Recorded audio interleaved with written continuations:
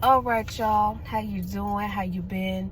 Last time we were here on the Carfax discussing our Tarot 101s, we discussed the Empress. So naturally, this time, it's all about the Emperor. This individual gives very much so... I don't know if you remember them commercials. If you don't, you way too young. But anyways, he gives very much so stability, security. He's a powerful man. He's all of the positive qualities of the Empress, but in its opposite, its masculine form, right? He has great drive, great ambition. He normally is what you would see or what you would think of. I'm looking at it right now. What you would see or what you would think of when you think of a husband, or a partner. If you naturally represent more feminine qualities, you would think about him as your partner. You know what I'm saying? Your balanced and proper counterpart. You would look at him as someone who's trustworthy, someone with both good emotional intelligence and emotional communication, meaning not only know what's going on with you, you not only know what's going on with me, but you can healthily and properly communicate these things as well. He does have a little hitch in his need for tradition or conformity, so to speak. But if you with it, he with it. You know what I'm saying? He's very much so a balanced and secure individual. Someone who represents problem solving and consistency. When I think of the Emperor, naturally, I think maybe because my partner is an earth sign, I think of earth signs, but I don't necessarily think of it because my partner's an earth sign. I think of it like that because when you think the Emperor, even when you're just looking at the card, he gives very much so like sturdiness, you know what I'm saying? And then you see, I cannot necessarily tell if those are rams or if those probably are rams. Those probably are rams. But either way, you also, when you look at the mountains in the back behind him, you're thinking earth. You're thinking groundedness, you're thinking stability, you're thinking immovable forces, right? When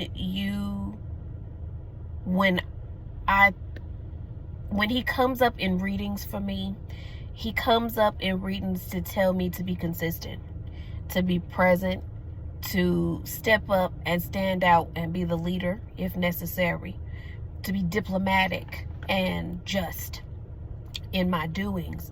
He also shows up in certain cases to tell me to set boundaries and to protect my boundaries and myself, me and mine, to do what's right for me and mine. You know what I'm saying? Even if it's uncomfortable. A king is not afraid of making an emperor, is not afraid of making decisions that 2, 3, 4 when I look up at both my timer and my clock. An emperor is not afraid of making decisions that might shake some folk or might piss some folk off a little bit, especially if he's doing what's right for his kingdom, right? He also tells me to get organized, right? He's very much so financially responsible and secure. He's not frivolous, with the way that he operates his finances. Now, reversed, okay, this individual can be power hungry, okay? The individual or situation, okay, is a situation where somebody is being greedy. Even if the somebody is you, somebody is being power hungry. Reverse the Emperor. The Emperor gives me toxic masculinity, okay? He gives me narcissism. He gives me domineering individuals, people who are controlling and even cruel to a certain extent. Somebody who has no boundaries. Somebody who will use persuasion or whatever tactic he or she deems necessary to get what they want, right?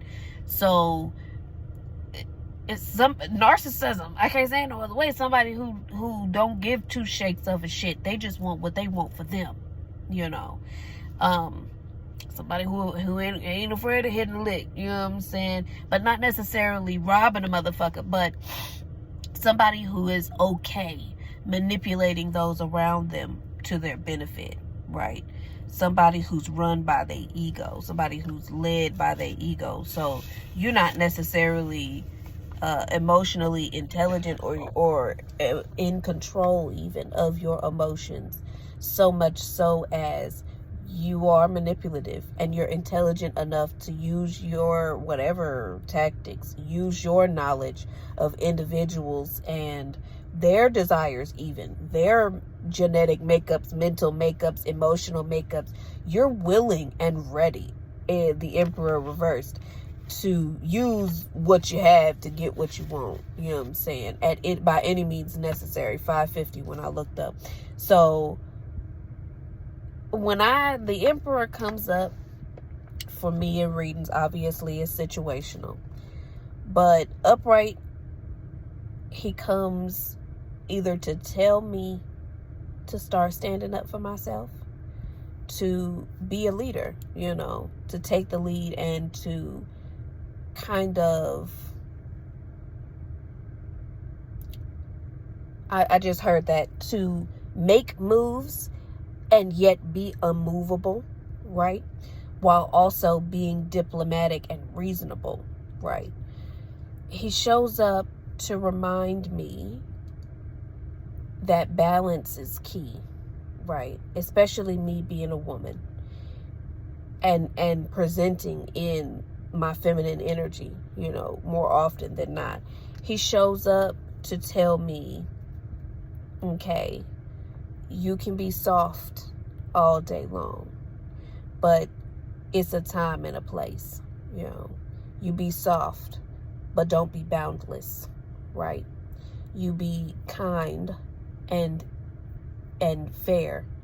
Be diplomatic. Be kind, but don't take yourself or your boundaries, you know what I'm saying, and just throw them to the wind. You see what I'm saying? He shows up in most cases to remind me also that even being a woman, that balance between my masculine and feminine, because everybody has it, is key, right?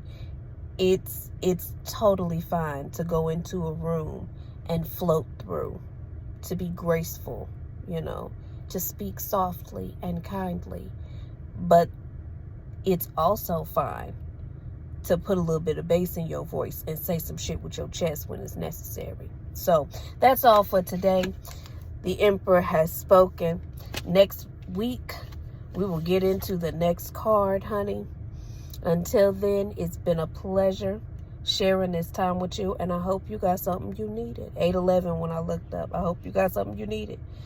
Either way, I'll see you next time on Tarot 101. Have a great day.